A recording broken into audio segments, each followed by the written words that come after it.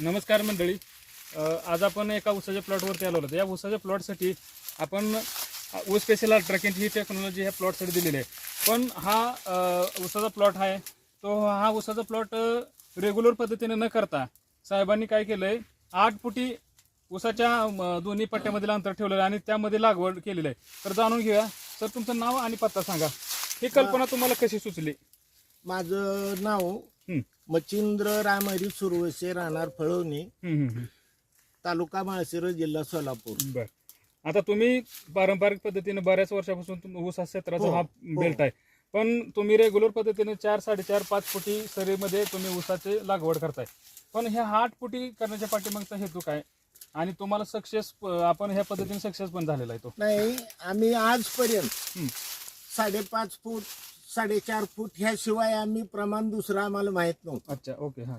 आमच्या एका आपतेष्टाकडून आम्हाला समजलं, काही बातम्या, काय प्रसिद्धी माध्यमातून त्यांचे ॲव्हरेज 1 एकरामध्ये 151 किलो टन टन टन हा, म्हणजे 1 एकरामध्ये हे जर ॲव्हरेज निघत असेल तर आपण का करू नये. आम्ही त्यांच्याशी संपर्क केला आणि त्यांच्या संपर्कानंतर आमच्या लक्षात आलं 8 फूट सरी, 8 फुटावर एक जर आपण ओळ घेतली तर त्याचा ॲव्हरेज आपल्याला निश्चित पडेल. आणि त्याचं प्रत्यंतर आज तुम्ही जे पाहताय, तुम्ही बघू शकताय, ते प्रत्यंतर आम्हाला साक्षात त्याचा दृष्टांत झाला.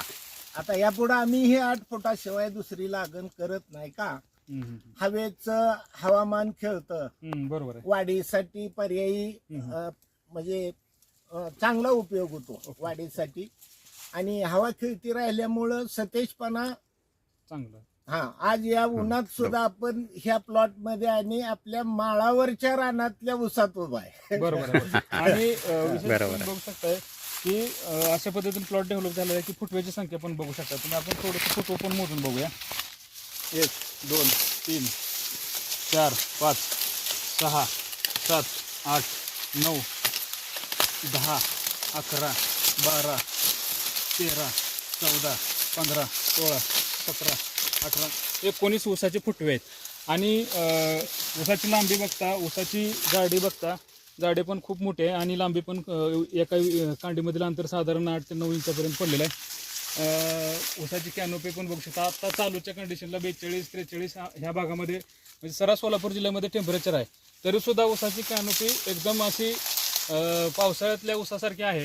तर या ऊसाच्या प्लॉटसाठी उमरसिंग साहेबांचं यांना मार्गदर्शन लाभलेलं आहे.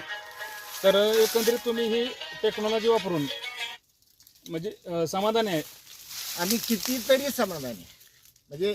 आणि यापुढे सुद्धा माझ्या काही मित्रमंडळींना हाच मार्ग त्यांना दाखवून त्यांनाही प्रवृत्त मी करणार आहे, कारण तो रिझल्ट मला आला. Sir, 1 minute sir. आज तुम्ही ही प्राप्त परिस्थिती आपण बघितली. साधारण 20, 22, 25 कांड्यापर्यंत ऊस आलेला आहे आणि पोतही चांगला आहे, कांडीची लांबीही चांगली आहे, फुटव्याची संख्याही चांगली आहे.